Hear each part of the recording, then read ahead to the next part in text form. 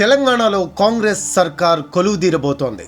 తెలంగాణ కొత్త సీఎంగా రేవంత్ రెడ్డిని కాంగ్రెస్ అధిష్టానం అధికారికంగా ప్రకటించింది. అయితే ఎన్నికల ప్రక్రియ మొదలైనప్పటి నుంచి రాష్ట్రంలో సీఎంగా వినిపించిన ఒకే ఒక్క పేరు రేవంత్ రెడ్డి. పార్టీ గెలిచినప్పటి నుంచి అధిష్టానం మనసులో కూడా అదే పేరున్న బయటకు చెప్పలేక తచ్చాడుతున్న సమయంలోనూ రాష్ట్రమంతా ముక్తకంఠంతో తమకు రేవంత్ రెడ్డే సీఎం అని మిగతా ఎవరొచ్చినా ఒప్పుకోమన్న రీతిలో తమ అభిప్రాయాలను సోషల్ మీడియాలో వ్యక్తం చేశారు. అయితే రేవంత్ రెడ్డిపై అటు అధిష్టానానికి ఇటు రాష్ట్ర ప్రజానికానికి అంత నమ్మకమేంటి? సీఎంగా రేవంత్ రెడ్డి ఎందుకు? ఆయనకున్న అర్హతలేంటి అన్న చర్చ నడుస్తోంది.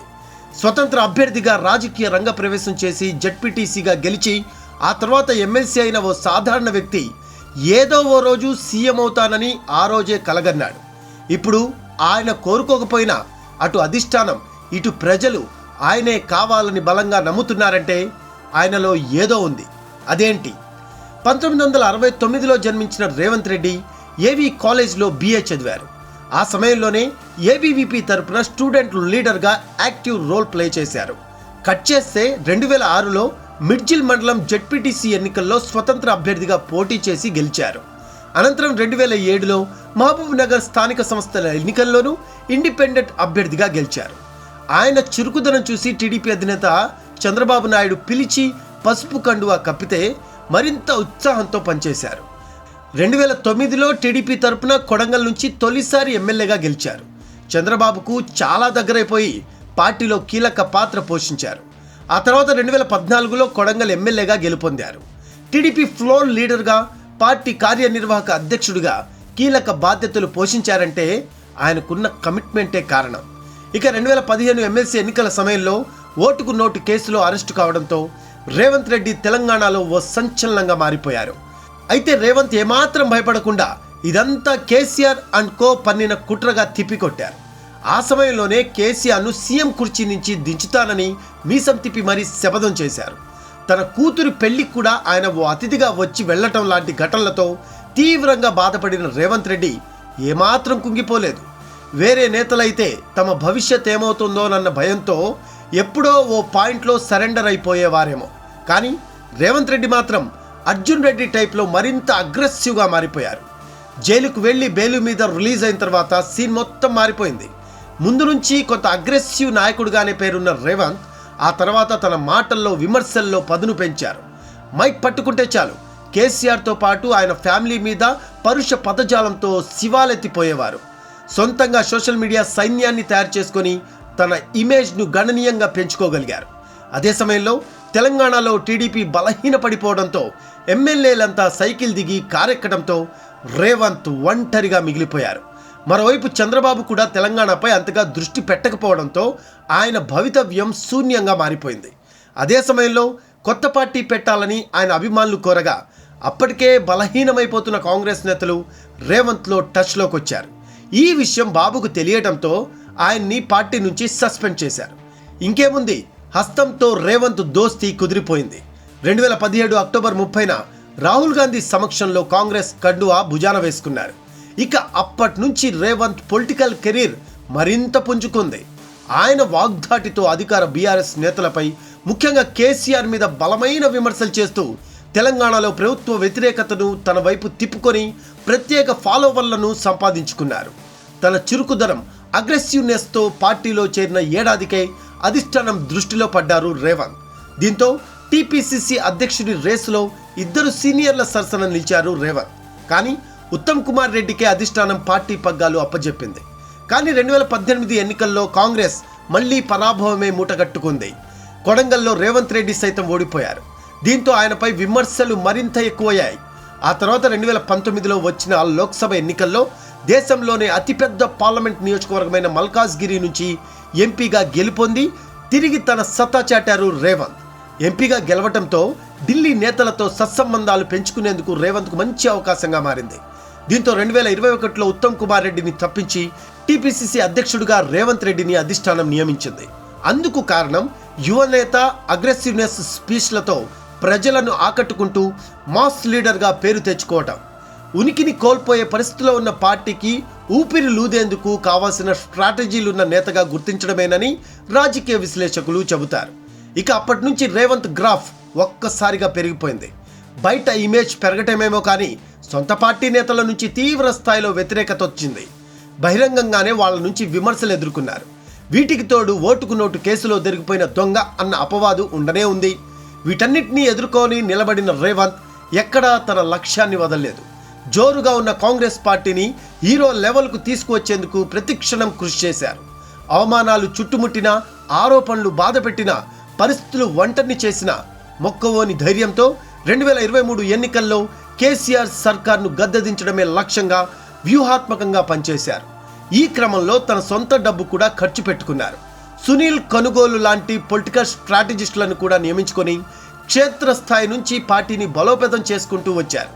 ఈ క్రమంలోనే రేవంత్కు వస్తున్న ఆదరణతో సీనియర్లలో ఒకంత ఈర్ష్య రావడం, వర్గాలుగా విడిపోవటం, తన వర్గాన్ని అన్ని బాధ్యతలు అప్పగిస్తున్నాడంటూ రేవంత్పై బహిరంగంగానే ఆరోపణలు చేయడం పార్టీలో ఇబ్బందికరంగా మారాయి. అయినప్పటికీ అధిష్టానంతో చర్చలు జరుపుతూ వ్యూహాత్మకంగా సీనియర్లను కలుపుకొని ముందుకు సాగారు రేవంత్. ఇటు ప్రభుత్వంపై చేసిన తీవ్ర విమర్శలు, ఆందోళనలు, నిరసనలకు గాను రేవంత్పై సుమారు 200 కేసులు నమోదయ్యాయి. అవన్నీ తనకు వచ్చిన మెడల్స్గా భావిస్తానంటూ రేవంత్ రెడ్డి అభివర్ణించారు. తెలంగాణలో కేసీఆర్ను ఢీకొట్టే ఏకైక బలమైన లీడర్ రేవంత్ రెడ్డి మాత్రమే అన్న బలమైన వాదనను ప్రజల్లోకి తీసుకువెళ్లడంలో ఆయన విజయవంతమయ్యారు. అందుకే ఈరోజు రాష్ట్రమంతా రేవంత్ రెడ్డికి అంతగా క్రేజ్ ఏర్పడిందని విశ్లేషకుల మాట. ఇక అగ్రనేతలైన రాహుల్, ప్రియాంక దృష్టిలో రేవంత్కు అపారమైన నమ్మకం కల్పించడంలోనూ ఆయన 100కు 100 మార్కులు సంపాదించారు.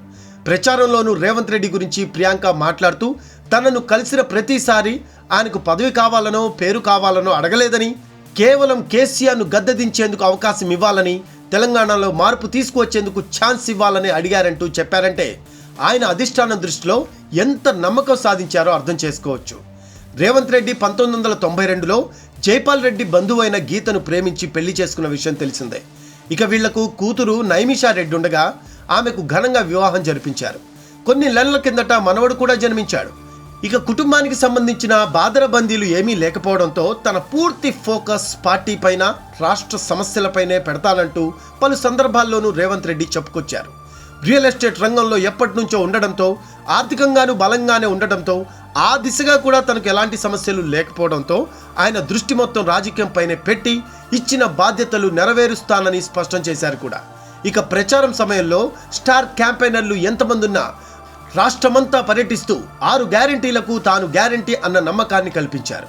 ఈ విషయంలో సీనియర్ నేతలంతా తమ తమ నియోజకవర్గాలకే పరిమితం కావడంతో రాష్ట్రానికి దారి చూపే కాంగ్రెస్ కాగడగా ప్రజల్లో రేవంత్ రెడ్డి నమ్మకం చూరగొన్నారు. 2 పర్యాయాలు ప్రభుత్వాన్ని నడిపించిన బీఆర్ఎస్ పార్టీ అనేక అవినీతి కార్యక్రమాలు చేసిందని, అందులో సింహభాగం కేసీఆర్ కుటుంబానిదేనని రేవంత్ రెడ్డి ముందు నుంచి చాలా బలంగా వాదిస్తూ వస్తున్నారు. ప్రత్యేక రాష్ట్రం ఏర్పడక ముందు తెలంగాణ ప్రాంతంలో అభివృద్ధి చేసింది కాంగ్రెస్ మాత్రమేనని గణాంకాలతో సహా వివరించారు. బీఆర్ఎస్ ప్రభుత్వాన్ని ధీటుగా ప్రశ్నించడంలోనూ, వారికి అంతే స్థాయిలో సమాధానం చెప్పడంలోనూ రేవంత్ రెడ్డి విజయవంతమయ్యారు. కాంగ్రెస్ పార్టీ అంటేనే అంతర్గత కుమ్ములాటలు అనే పేరుండగా రేవంత్ రెడ్డి మాత్రమే ఎలాంటి చీలికలు లేకుండా పార్టీని నడపగలిగారని, అదే పాత్ర ప్రభుత్వాన్ని నడపడంలోనూ పోషిస్తారని గట్టిగా నమ్ముతున్నారు. అసెంబ్లీలో టీడీపీ ఫ్లోర్ లీడర్గా ఉన్న సమయంలో కాంగ్రెస్ పార్టీ వైఫల్యాలను గణాంకాలతో సహా ఎండగట్టి సభను గడగడలాడించిన దృశ్యాలు ఇప్పటికీ అభిమానులు గుర్తు చేసుకుంటూ ఉంటారు. పైగా రాష్ట్రంలో బీఆర్ఎస్ ప్రభుత్వంపై వ్యతిరేకతను తన గళంగా వినిపించడంలో సక్సెస్ అయిన రేవంత్ కేసీఆర్ సర్కారు వైఫల్యాలను అధిగమించడంలోనూ తనదైన మార్క్ను చూపిస్తారని బలంగా ఆకాంక్షిస్తున్నారు.